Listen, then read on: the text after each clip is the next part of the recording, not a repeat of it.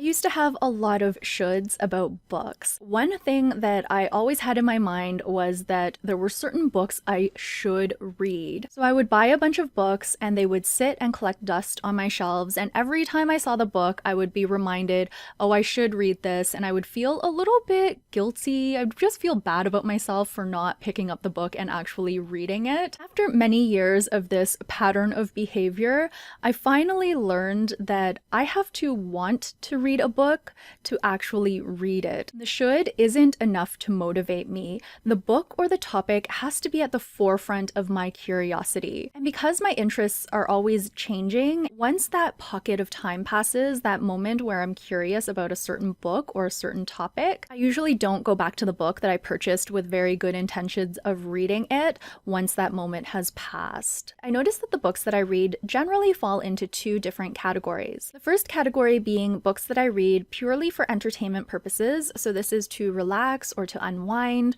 to immerse myself in a story, maybe as a form of escapism. I'm really just enjoying the book and reading the book purely for leisure purposes. The second category of books are books that I read in the personal growth space. Now, I still view this as a leisure activity because, again, I have to want to read a book to actually read it, but the personal growth books are a little bit different in that my mind is way more activated when I'm reading these books. As I'm reading the book, I'm thinking about how to integrate suggestions or recommendations within the book into my life. When I'm reading books in the second category, I'm really trying to improve my life in some way. As soon as I identified these two categories, I noticed that there's been a change over the years in the types of books that I'm more drawn to. When I was younger, and I'm talking about my teenage self here and maybe into my early 20s, I read books mostly in the first category. I would say actually all of the books that I read were in the first category. And mainly I read fiction, but I also enjoyed true crime. In my late 20s and early 30s, I'd say that I didn't read very much at all. I was just into other forms of media. For example, I was watching a lot of TV at that time, and I also started my YouTube channel, so I was making videos as well as consuming content. When I was feeling very discontent in my full-time job and searching for a way to change my mindset, that's when I stumbled upon books in the personal growth space. Of course, I had been exposed to these books before, but I always felt a lot of resistance towards them. I didn't really want to read Tony Robbins and the like, which was a book that my mom actually sent me when I was 18 years old. I never read that book, and I wasn't into motivational speakers or self-help gurus. But the self-help space has changed a lot since I was 18 years old, and there were actually books that I was interested in reading when I was in my late 30s as I was trying to navigate all the unhappiness that I was feeling. So since my late 30s, I've been reading books more in the second category of personal growth, books that I read with a really active mind and trying to improve my life in some way. I'm actually so immersed in it that I wrote a book of self-reflection exercises myself, and I'm working through that book this year as well. Now what I want to talk about is a lot of the stuff that I've noticed around books. I've got 5 things I want to talk about here, and what I'm going to do is for each of the 5 things, I'm going to pose a question, and you can answer it if you like. I will also answer it. I'll give you some background, and I'm also going to talk about how I plan to move forward this year. The first question I have for us is, are you someone who finishes books even if you're not enjoying them? I used to put a lot of pressure on myself to finish books. I remember, I think it was in my 20s, I had this book that I bought at an airport because I was traveling and I didn't have a book with me. I just could not get into that book. It was a book where I had to read the same page 50 times and it still didn't sink in. And I'm not sure why that is, but I had that book on my shelf for, it was either almost a year or just over a year, but in that time, because I'm also someone who doesn't read multiple books at the same time, I just couldn't move on. I felt like I had to finish it before starting a new book. Being someone who felt a lot of pressure to finish the book, that actually prevented me from reading for pretty much a year. It seems silly now that I'm talking about it in this video, but that is the stuff that's around books sometimes. Some of us just feel like we need to finish a book before moving on. It's like we owe it to that book, even if we're not enjoying it. So that is something I stopped a while ago. And now I no longer finish books that I don't enjoy. This year, I'm going to try even harder to not put any pressure on myself to finish a book. Sometimes I still feel a little something. Maybe it's FOMO or the fear of missing out on a piece of information in the book that will really, really help me. Or I think maybe I just need to get through this part and the book will get better. This has happened on some occasions. So having that past experience of powering through a book and having it get better, that is something that does make me second guess myself. I'm going to try really hard this year to really tune in and be honest with myself. Do I think this book is actually going to get better? Or am I continuing to read this book out of fear? My second question for us is, are you someone who tracks the number of books you read? I did start tracking the number of books that I was reading, and this was mainly because of that stretch in my life where I wasn't reading very much at all, and I felt kind of bad about that. I remembered loving to read as a young adult or in my teenage years, and I really wanted to get back to that place where I loved books again. So I thought that having a goal in the form of a number might motivate me, and it did in a way, but I don't think it was for the right reasons because I still wasn't enjoying reading like I used to. I do still currently have a number goal. It's in my 101 in 1001, and this is basically to read 50 books in 1001 days, which works out to around 2.74 years. I know 50 books in the span of 3 years is not difficult to do if you love books, but I wasn't in a place where I was a really voracious reader, so it was, I would say, like an attainable goal for me, but I still had to be actively reading, of course, to meet that goal. This year, I'm going to be listing specific titles that I want to read, and I'm only going to have up to 5 titles at a time. I'm going to try to make my way through these books before adding new ones to the list. In the spirit of question number 1, though, if I'm not enjoying a book, I'm not going to finish it. I'll just mark it with did not finish on the list. And similarly, because I have to want to read a book to actually read it, if I'm no longer interested in a book, I'm just going to take it off the list. No guilt, no shame. I'm just going to read books that are aligned with my interests at the time.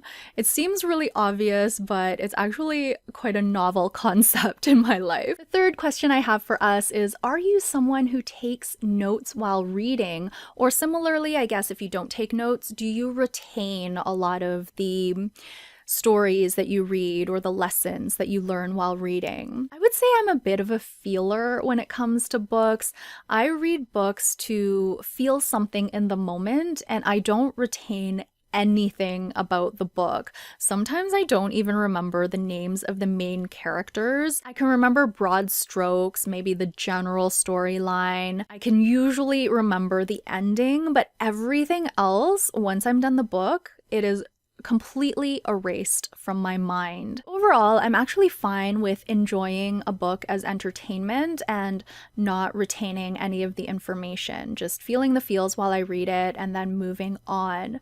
But with books in the personal growth space, part of me does want to retain that information. Perhaps there's a quote that might help me in the future, or a nugget of information that I want to try to implement in the future when the time is right. And even if I don't retain that information in my memory, I want to have easier access to it. This year, I'm thinking of experimenting with doing some book reviews for the books that I read in the personal growth space to start. That way I can refer to them in the future if I want to look back at that book and see what I liked about it, some things I wanted to table from the book and perhaps try later, or maybe even reread the book again. The fourth question I have for us is, are you someone who reads the same books over and over again? This is a change that I've noticed in my own life. When I was young, because the internet wasn't a thing yet, and I had to go to a physical library, and I was also really bad at returning books, I didn't have access to a lot of new books, so I kept reading the same ones over and over and over again. And I had no issues with this. I actually enjoyed rereading books. I would learn something new about the characters, or I would notice something that I hadn't noticed the first few times that I read the book. It was a very enjoyable practice for me. The words felt familiar and comforting. It was a very nourishing practice. Again, we're talking about teenage me here, maybe into my early 20s. But now, in my current iteration of how I read books, I cannot read the same book over again. And I don't know why that is. Maybe there's just too much choice now and it's FOMO at work again. I think to myself, why would I read a book I've already read when there's so much more I could be reading? I'd be wasting my time if I reread a book. This is something about myself that I would like to change. I want to reread my favorite books and see if I can get that feeling back of gleaning new lessons and just seeing more of the book unfold as I read it multiple times. These are going to be books in the personal growth space. On top of getting those lessons again and trying to discover additional nuances about the book, I also want to review these books. But to review the book, I have to reread the book because I don't retain much of the information. My fifth and final question for us today is, are you someone who collects physical books?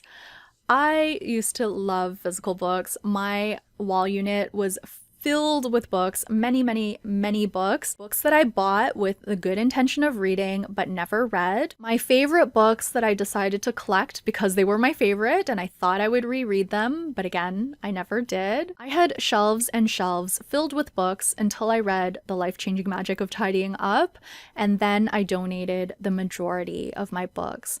I don't have that many physical books left in my collection. I read mostly books that I borrow from the library, either physical copies or online copies, or I listen to audiobooks. I am very resistant to buying physical copies now, but then I started thinking, I have these 12 books highlighted on my website. These are my favorite books in the self-reflection or personal growth space, and I have, I think, 2 of them in hard copy. What if I went ahead and treated myself to physical copies of my favorite books this year? I do still love to read physical books, much more so than ebooks, and also much more so than audiobooks even. But because I was resistant to purchasing physical books, I haven't bought any of my favorites. I wonder if having physical copies of just my favorite books might help shift my mindset. I might reread them or at least reference them, and just being in the presence of a favorite book that has helped me, that might even have an effect on my life that is unforeseen right now. Maybe it's a way to bring abundance into my life by having these books, physical copies of my favorite books that have helped me in the past. That's something I'm really considering, treating myself to physical copies of my favorite books, the ones that I have listed on my website, and I think I am going to do that this year. I'm actually really excited about it. I could have come up with more questions, but this video has gone on for long enough already. Maybe I'll do a part 2 depending on how it goes this year in terms of changing the way I approach reading books. If you have anything to share about the way you like to read books, or if you want to share your answers to the questions, I would love to hear from you down below. Thank you all so much for watching this video. I will be back very soon with another one. Until then, please take care and bye for now.